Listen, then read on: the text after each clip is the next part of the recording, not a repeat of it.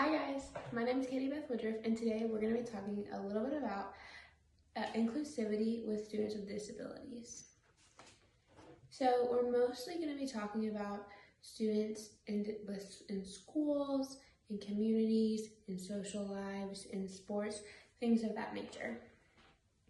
So the first thing I want to talk about are in schools. Students with disabilities in schools a lot of the time are isolated in sets of classrooms, or maybe sometimes even just one classroom.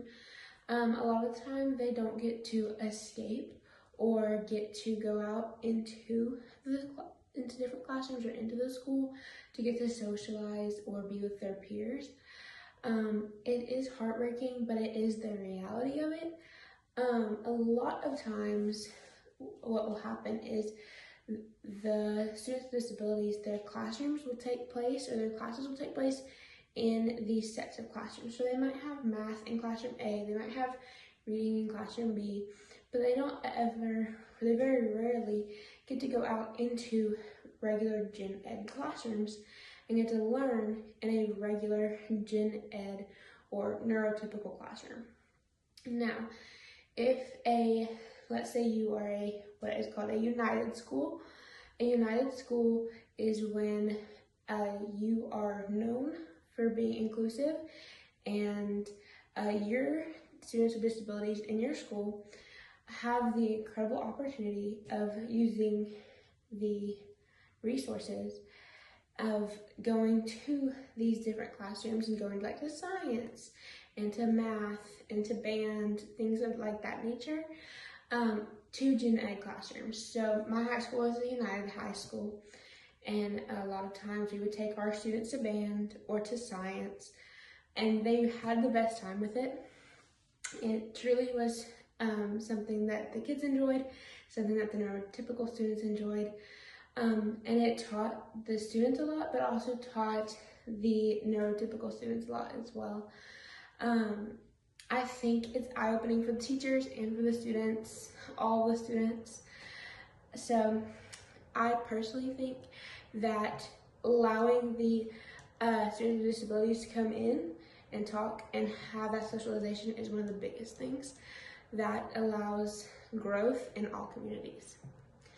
The next I'd like to talk about is sports. So sports can be kind of like a controversial topic in the South because we care about our sports, sports, we care about our football, we care about our baseball, all the things.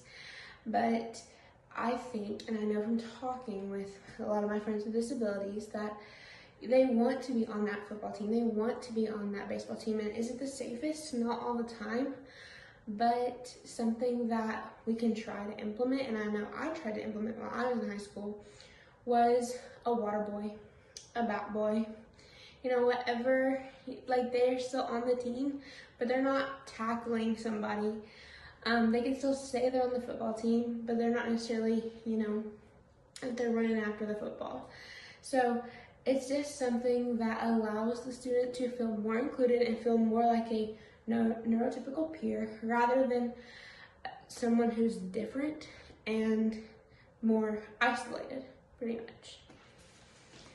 So the last thing I want to talk about is social. This is something that I feel like everyone can implement in their lives. Students and peers and adults, pretty much anyone with a disability is a different person. They all have something different about them, unfortunately, but I think it's something to treasure. So when I say social, I mean saying hi in the hallway, including them in different things, including them in the student section in football games, things of that nature.